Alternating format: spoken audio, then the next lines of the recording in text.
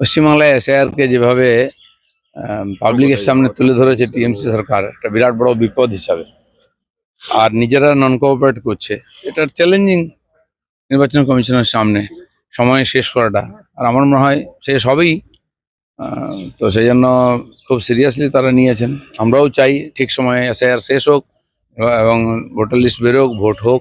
Birth certificate আর কি বলে একটা ব্লাড রিলেশন, একটা লোকের 100টা ছেলে, একটা লোকের 250টা ছেলে, 250 জন তাকে বাপ বলে দেখিয়েছে। এ তো মহাভারতকেও হার মানিয়ে দিচ্ছে। তো এর সঙ্গে ব্লাড রিলেশন থাকতে পারে কি? যেন ফলস সার্টিফিকেট দেওয়া হচ্ছে, এগুলো অবশ্যই দেখা উচিত।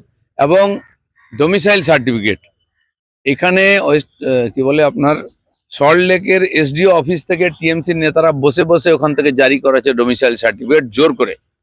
এটা বড় স্ক্যাম একটা, আমাদের কাছে খবর আছে। এটাও সরকারকে দেখা উচিত, ইলেকশন কমিশনের দেখা উচিত।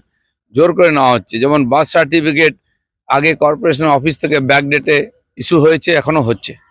তো সেই এগুলো বন্ধ হওয়া দরকার আছে। এই জন্য ডিলে করা হচ্ছে, যাতে এই ধরনের আর ফলস সার্টিফিকেটগুলো সাবমিট করে।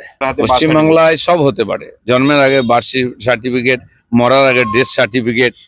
যে একজন ভদ্রলোক তার মায়ের স্বীকারোক্তির জন্য তার মায়ের চক্ষুদান করলেন, তো তার বিরুদ্ধে কেস হয়ে যাচ্ছে। জ্যান্ত লোকের চোখ উপড়ে নিয়ে যাচ্ছে, পুলিশ কিছু করে না।